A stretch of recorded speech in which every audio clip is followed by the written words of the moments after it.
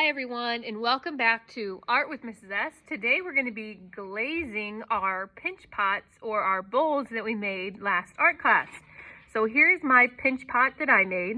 It has the nice smooth inside. There's some textures, some shapes, and some patterns along the outside. The bottom is smooth. You'll see that in yours you have your teacher's room number and then your name. I also have those nice textures on the top or the rim. I need to be very, very careful with this today because it is now bisque fired. It was put in the kiln for one time for almost 8 hours. It got really, really hot, over 1,000 degrees, and then it cooled down really, really slow back down to room temperature. If you drop this today or if it falls off your desk, it will crack, it will break, and it will shatter. And I'll be really, really sad. So you're going to keep this on your desk and in your brown lunch tray so that when you're working today, you don't accidentally break this. Today, you're going to get to pick one glaze color. And glaze looks like paint, and you'll hear me say we'll paint it on and use a paintbrush, but glaze is actually a mixture of different chemicals and crushed glass. So the glaze that I'm using today is called Jungle Gems Crystal Glaze, and it's called Plum Jelly. This one kind of looks like a purple galaxy when it's all done, and this is one of my few crystal glazes, so it has some crystals that look like little rocks in here that will actually melt in the kiln when I put it back in the kiln. And it'll be all shiny and smooth and waterproof, actually. So what I'm going to do with this, you want to actually put a lot on. So I'm going to dip my brush, and I'm going to start on the inside and work my way out. You'll do a pretty thick coat, so really get around all over the place. Don't want any pools or puddles. And this one, you'll see there's little specks that look like those rocks. Those are the crystals. But not every glaze has that. So you'll have some other colors to pick from today. The mint green, the lilac, and the pig pink will not have the crystals in them.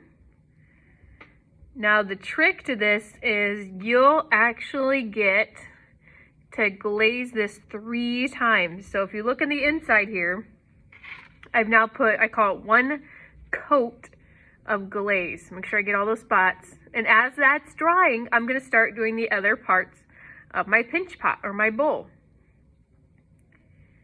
This glaze is really easy to tell when I miss a spot, but if you pick a lighter glaze, sometimes it's hard to see what you've painted and what you haven't. I can help you out with that. And I start on the inside and work my way out so that I don't have it all over my hands. I still have only painted this one time. I'll also paint the outside, so very carefully either have it in your tray or set it up in your hand over your desk and over your tray so that I can get the outside, really glob it into those spaces. I'm dipping my brush a lot so that I always have a lot of paint on there or a lot of glaze. Do not paint the bottom of your pinch pot.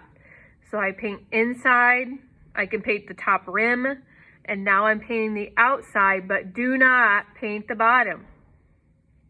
If you paint the bottom on accident, I'll help you, but do not paint on purpose. It'll actually melt and stick to our kiln shelf, and it'll break. So we want to make sure that we're not glazing or painting the bottom, and the bottom is where it sits on your tray. So if it helps you to keep it flat like this so that you're not painting the bottom, that would be perfect. Now you're thinking, that took me a long time to glaze one time. But I have to paint this 2 more times. So I gotta finish that first round. You can see that in some areas that the glaze was thinner, it started to dry. For the next 2 coats, I'm going to leave it flat in my tray. I'm going to start where I started last time. I'm going to start back in the middle. This is my second time painting it.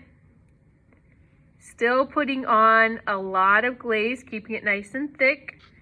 Dipping my brush often so that my brush always has glaze. Make sure I get all the inside. If you need to turn your tray around so you can see, that'll keep your hands nice and clean. Do the rim the second time. And you don't have to put as much as the first coat because it's not going to take as much to cover. And then finishing up my second coat. If you have any areas that it drips, make sure you smooth those out. If you have any puddles in the inside, make sure you smooth them out with your paintbrush. I'm almost ready for my third and final coat of glaze.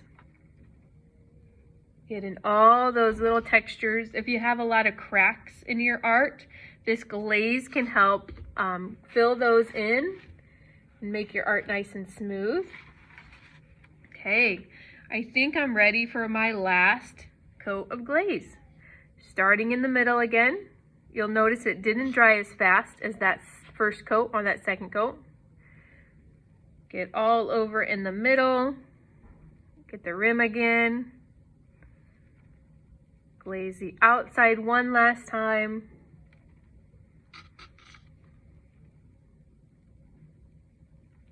Till I have everything except for the bottom. We do not glaze the bottom.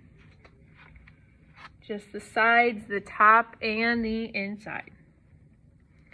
When you're all done, put your brush back in your cup. Mrs. Sprunger will help you bring your lunch tray and your glaze over to help get cleaned up, and then we'll spray hands and table and be ready to go today. Thanks for joining me today. I can't wait to see your finished glazed pinch pots. They'll be ready to go back in the kiln one more time.